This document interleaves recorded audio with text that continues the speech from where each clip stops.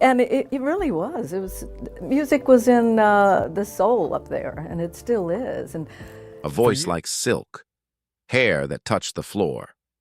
For decades, Crystal Gayle was the picture of grace and glamorous success, a country pop superstar defined by her iconic hit, Don't It Make My Brown Eyes Blue. The world saw a legend, an icon of elegance whose voice seemed to float on air. Her image was pristine, her smile was gentle, and her floor-length dark hair became a trademark as recognizable as her sound. She was the stunningly talented younger sister of a giant, Loretta Lynn, yet she managed to step out of that formidable shadow to become a global phenomenon in her own right. To her millions of fans, she was an emblem of quiet success, a woman who seemed to have it all. But behind the velvet curtain of fame, her life was marked by a series of devastating losses, culminating in the one heartbreak that would change everything. This is the story of the tragedies she faced, including a terrifying health crisis she kept hidden from the world. It's a story of how the death of her sister, the legendary Loretta Lynn, became the final chapter in a tale of quiet, unbreakable resilience. We're peeling back the layers of her polished public persona to reveal a woman defined not by the spotlight, but by the profound grief and silent battles she endured when the music stopped and the crowds went home. The world knew Crystal Gayle as the Grammy-winning singer with the unforgettable hair and a string of crossover hits. She was the polished, pop-leaning counterpart to her fiercely country sister, Loretta Lynn. But behind the glamour, a different story was unfolding, one of deep-rooted sorrow that began in childhood and followed her for life. The public saw the accolades and the gold records, but they didn't see the private grief she carried. They heard the smooth, perfect vocals, but they couldn't hear the sound of a heart quietly breaking time and time again. The death of her beloved sister wasn't an isolated tragedy. It was the final crushing blow in a life already shaped by loss, a life that included a hidden health battle so severe it threatened to take everything. So how did such a bright star learn to navigate such profound darkness? The answer lies in the story she rarely told. Before the world knew her as Crystal, she was Brenda Gayle Webb, born on January 9, 1951, in Paintsville, Kentucky. The youngest of 8 children, she arrived in a world of hardship and deep family bonds. Her father, Melvin Ted Webb, was a coal miner, his life defined by the unforgiving Appalachian landscape. The Webb family home in Butcher Holler was a place of deep poverty, a reality immortalized in her sister Loretta's iconic song, Coal Miner's Daughter. But Brenda's experience was a little different. She was the only one of the 8 children born in a hospital, a small detail that hinted at a changing world. The most significant male presence in her young life was her father, but that presence was tragically short-lived. Ted Webb suffered from black lung disease, a direct result of his years toiling in the mines. Hoping for better opportunities and cleaner air, the family moved to Wabash, Indiana, when Brenda was just 4. Her mother, Clara, took on work as a nurse's aide to support them, but the move couldn't outrun the damage already done. In 1959, when Brenda was only 8 years old, her father died. Losing him at such a tender age left a permanent mark, instilling a quiet reservation in her that would last a lifetime. She would later say her personality was more like her quiet father's, while Loretta took after their more outgoing mother. Brenda's childhood was also defined by another towering figure, her sister, Loretta Lynn. With a staggering 19-year age gap between them, Loretta was already married and starting her own family before Brenda was even born. To young Brenda, Loretta was less of a sibling and more of a mythical figure, a second mother who had escaped their hardscrabble origins to become a star. Inspired by her sister's success, Brenda started singing at a young age, her talent nurtured by their mother. She learned guitar, sang in church, and soaked up the folk and pop songs on the radio. As a teenager, her connection to Loretta's world became real. Loretta saw her baby sister's talent and began to guide her, bringing Brenda on tour during the summers. At just 16, Brenda made her debut on the hallowed stage of the Grand Ole Opry. Loretta had fallen ill and called on her little sister to take her place. A nervous Brenda performed a cover of Marty Robbins' Ribbon of Darkness, and the experience solidified her ambition.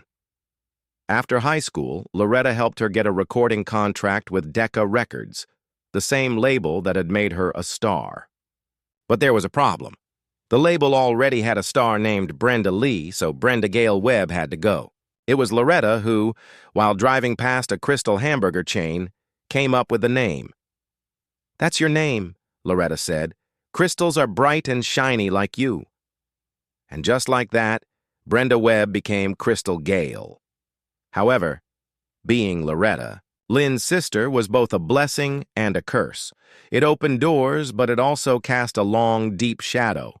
Her first single in 1970 was written by Loretta and sounded a lot like her sister's work.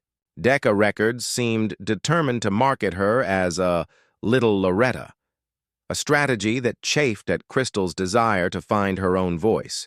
She felt the pressure of the comparison, later admitting, "It didn't take me long to realize I was only there because I was Loretta's sister." For several years, she had minor success, but she was trapped, living under the weight of a legendary last name she didn't even use. She had to make a choice: break free or forever remain in her sister's shadow. Living in the shadow of a giant can be suffocating, and Crystal Gayle knew that being a Loretta Lynn copycat was a dead end. The world already had a Loretta Lynn. It was Loretta herself who gave Crystal the most crucial advice of her career. "Quit singing my songs," she told her. "We have one Loretta Lynn and we don't need another. You've got to go the middle of the road and have a different sound. You've got to be your own person." That sisterly advice was the permission Crystal needed. In 1974, she made the bold move to leave Decca Records. She signed a new contract with United Artists and was paired with producer Alan Reynolds, who would help her discover her true artistic identity. Reynolds gave her the creative freedom she'd been craving. Together, they moved away from traditional country and explored a smoother, more sophisticated style. A blend of country, pop, and folk, characterized by lush arrangements and her soft, intimate vocals. If Loretta's voice was the raw emotion of Butcher Holler, Crystal's was like polished glass, smooth, clear, and touched with melancholy. The shift paid off almost immediately. In 1975, her song Wrong Road Again broke into the country top 10.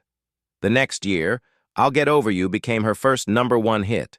She was no longer just Loretta Lynn's little sister. She was a rising star with a sound all her own. Then came the song that changed everything. Songwriter Richard Lee was at home when his dog Amanda looked up at him with her big brown eyes. That image sparked a title, "Don't It Make My Brown Eyes Blue?" Producer Alan Reynolds heard the demo and knew it was perfect for Crystal. "Shirley Bassey my ass," he reportedly said. "I want that song." When Crystal heard it, she felt an immediate connection. They recorded it on October 27, 1976, in a session that felt like magic. The iconic piano intro was created on the spot by keyboardist Hargus "Pig" Robbins. Crystal's vocal performance was so flawless that the version the world knows and loves was recorded in a single take. Released in 1977, Don't It Make My Brown Eyes Blue became a phenomenon. It hit #1 on the country charts, crossed over to the top 5 on the pop charts, and became a massive international smash. It earned her a Grammy and solidified her status as a crossover superstar. Her album, We Must Believe in Magic, became the first album by a female country artist to ever be certified platinum.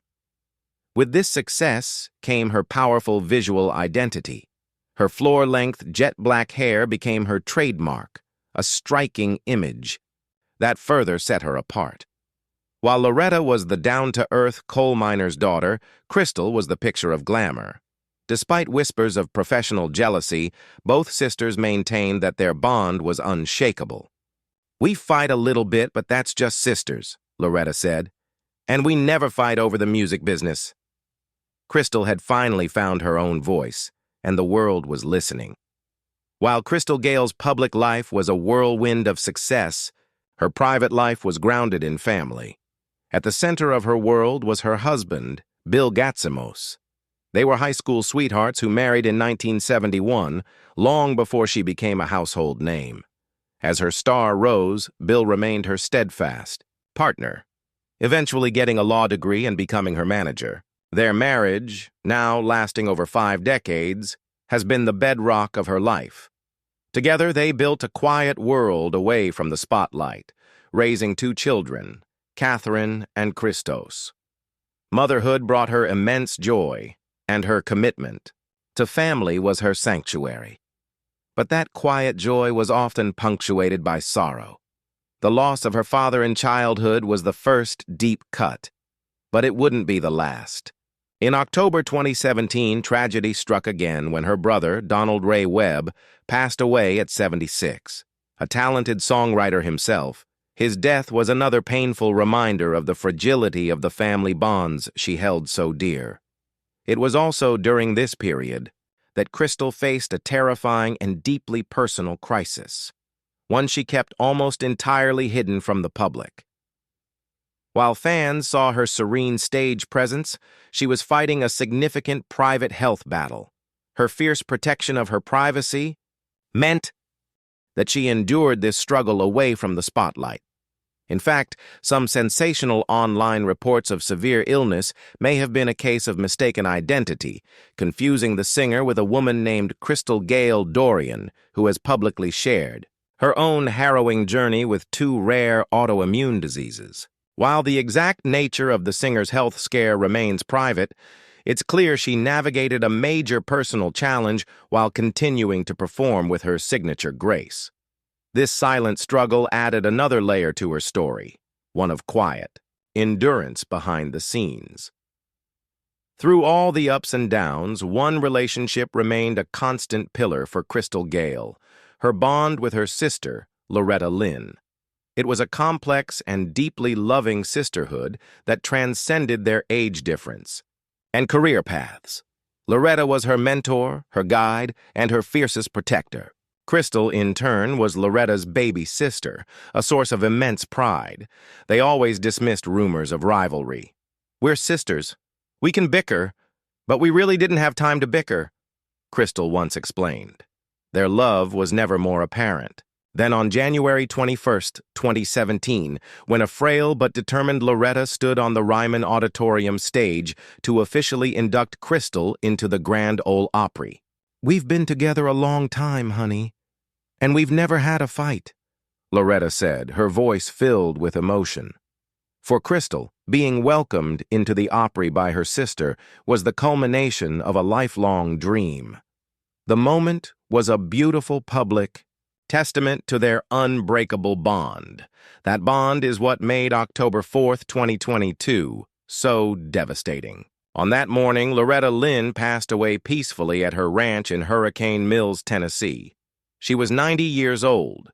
The news sent shockwaves through the world, but for Crystal, the loss was personal and seismic. It wasn't just the death of an icon. It was the loss of the sister and maternal figure who had known her before she was ever Crystal Gayle. She lost the woman who had named her, guided her, and stood by her for her entire life. Crystal's public statement was heartbreakingly simple. She shared a series of family photos with the caption, "The world lost a legend. We lost a sister. Love you, Loretta." That short sentence said it all. It acknowledged the world's loss while firmly reclaiming the personal nature of her pain. The world mourned the queen of country music, but Crystal mourned her sister. Loretta's death was more than just another loss. It was the final, defining blow. It closed a chapter, silencing a voice that had been a constant in her life for over 70 years. In the months that followed, those who saw Crystal perform noticed her shows became more personal, filled with stories about Loretta, her voice tinged with raw emotion. She retreated further from the public eye, finding comfort with her husband, children, and grandchildren. For decades, she had been Loretta Lynn's little sister, a title she both embraced and worked to transcend. Now, in the profound silence, left by Loretta's absence, she had to navigate a world where that voice was gone. Section 5. Quiet Strength and an Enduring Legacy. In the wake of Loretta's death, it would be easy to frame Crystal Gayle's story as a sad ending. But that would miss the fundamental truth of who she is, a woman defined not by tragedy, but by the quiet, unyielding resilience with which she's faced it. Her story isn't about a sad ending. It's about the power of quiet strength. Her entire life has been a masterclass in grace under pressure. From the poverty of her childhood and the loss of her father to the immense weight of her sister's shadow, she has navigated every challenge with reserved dignity. When the industry tried to mold her, she gently but firmly broke away, forging a path all her own. When she faced a private health battle, she fought it silently, refusing to let it define her. This quiet strength is perhaps her greatest legacy. In an industry that often rewards the loud and the dramatic, Crystal Gayle built a legendary career on subtlety. She proved that you don't have to shout to be heard. Her steadfast marriage and the close-knit family she built provided an anchor, a source of strength that allowed her to weather every storm. Today, Crystal Gayle's legacy isn't just about the iconic hair or the platinum albums. It's about resilience. It's about the quiet dignity she maintains in the face of unimaginable grief. The death of Loretta Lynn was not an end for her, but a transformation. She now carries the torch for her family's incredible story. She carries her sorrow with the same grace that has defined her entire life, reminding us all that true strength isn't about the absence of pain, but about how you carry it. Her story is a quiet melody of survival that will resonate long after the final note has faded. Crystal Gayle's journey is a powerful reminder that behind every public legend is a private human story filled with its own triumphs and tragedies. Her music has been the soundtrack to so many lives, and her resilience continues to be an inspiration. What is your favorite Crystal Gayle song, and what does it mean to you? Share your memories and your favorite tracks in the comments below. We'd love to hear how her music has touched your life. And if you enjoy these deep dives into the lives of country music's most iconic figures, be sure to subscribe and share this video with a friend who loves classic country. Thanks for watching.